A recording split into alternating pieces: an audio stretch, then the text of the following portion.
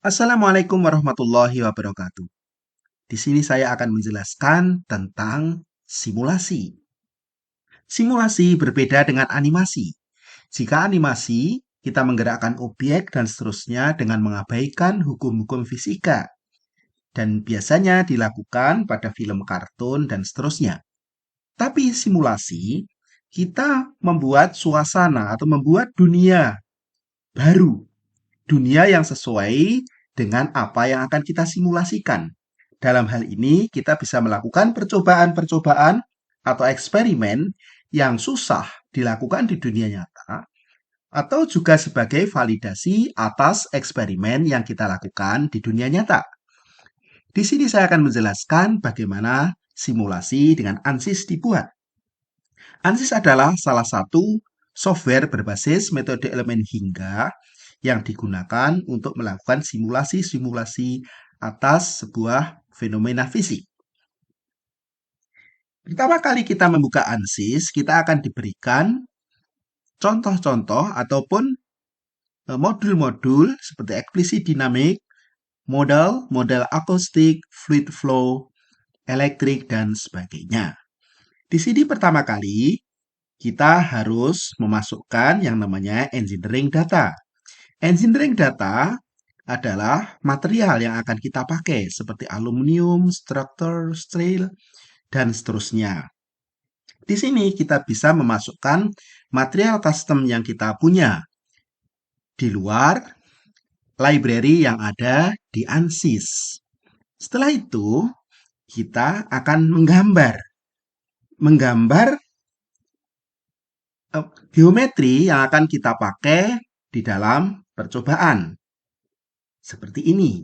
Penggambaran pada ANSYS bisa dilakukan dengan software-software lain yang kita impor ke dalam ANSYS atau langsung menggambar di ANSYS sendiri.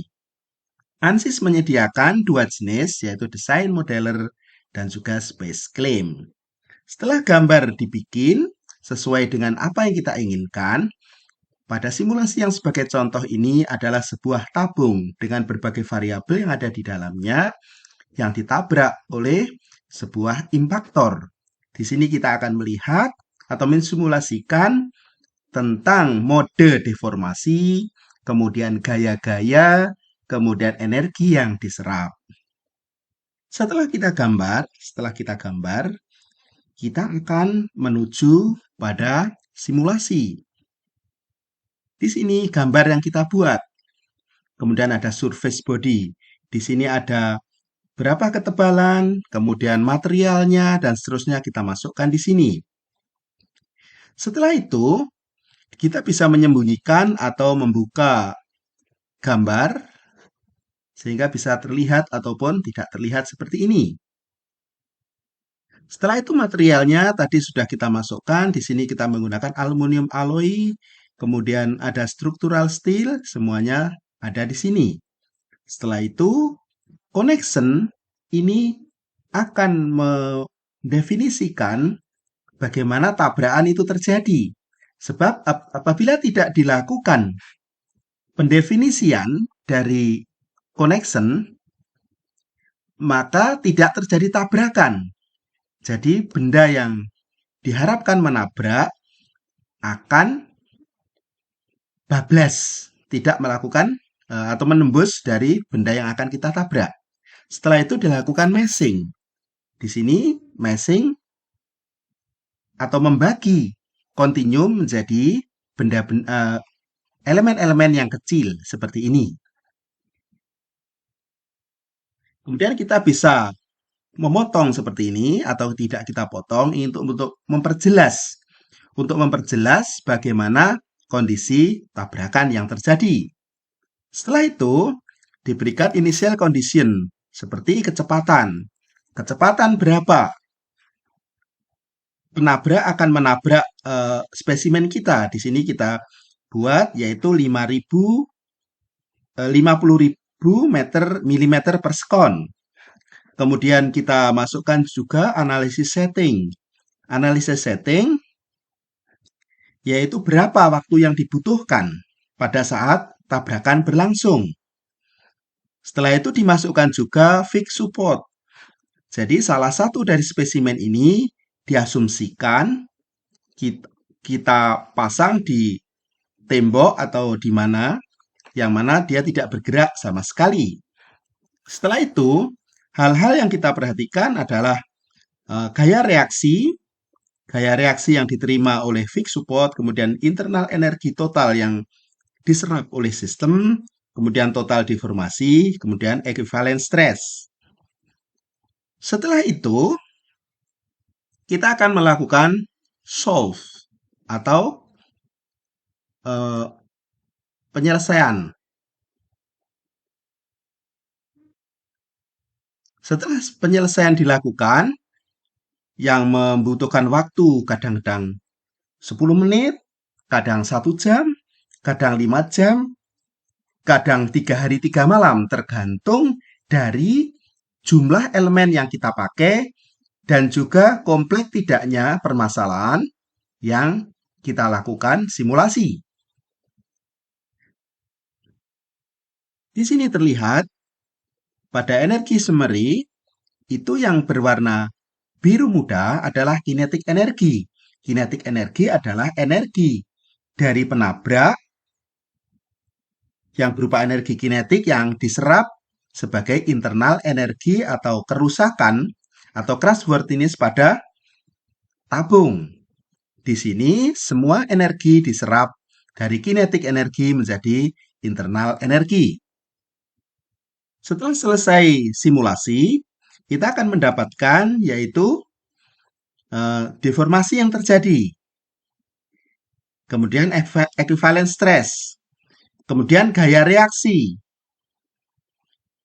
Gaya reaksi, perhatikan pada puncak pertama itu adalah yielding point atau yield point terjadi. Kemudian internal energi, yaitu energi yang diserap selama proses simulasi berlangsung. Kemudian kita bisa juga melakukan yaitu animasi atau film atas simulasi tadi yang terjadi. Jadi kalau saya mengatakan animasi di sini adalah animasi berdasarkan simulasi yang ada, yang mempertimbangkan semua aspek di dalam simulasi itu. Misalnya kita buat seperti ini. Jadi tabrakan terjadi seperti ini. Kita bisa melihat dari sisi yang sebelah sini, atau bisa juga mengaktifkan section plane seperti ini. Jadi kita potong sehingga terlihat bagian dalamnya. Kita juga bisa menghilangkan impaktornya, kita sembunyikan. Ya. Salah satu dari bagian ini kita sembunyikan agar bisa dilihat dengan jelas bagian yang lain.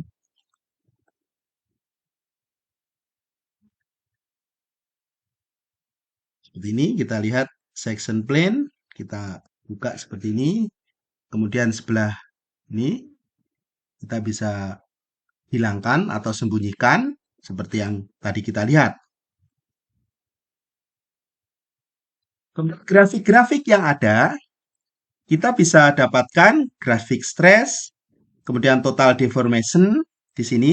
Ini kita bisa ekspor berupa Excel, berupa file Excel yang mana kita bisa lakukan manipulasi ataupun pengolahan lebih lanjut.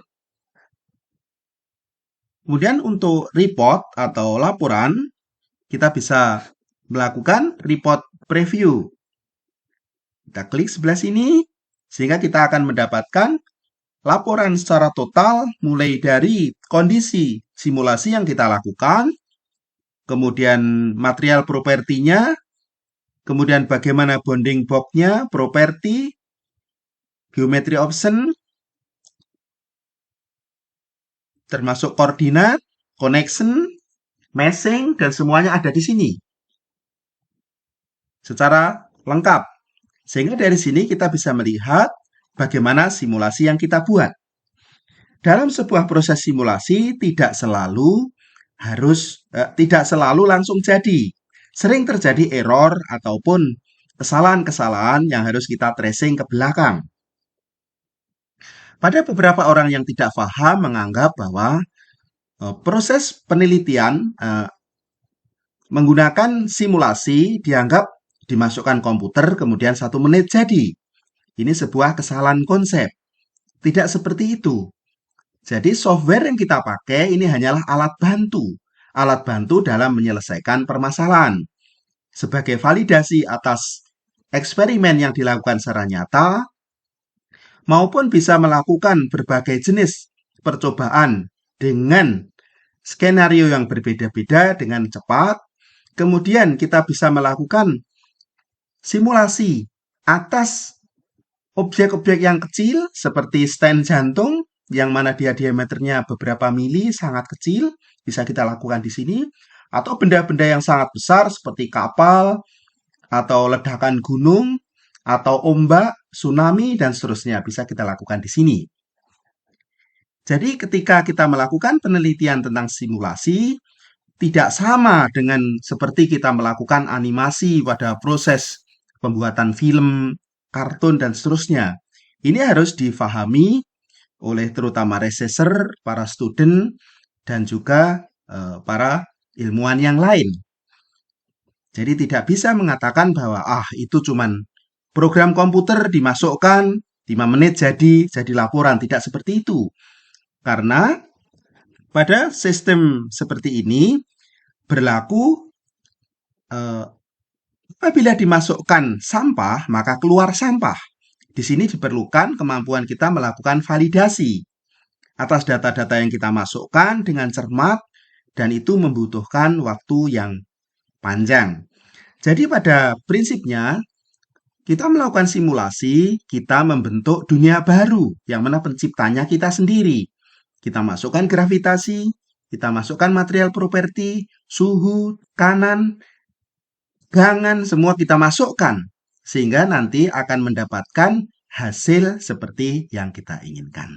Demikian penjelasan tentang simulasi. Saya Hardi Witono.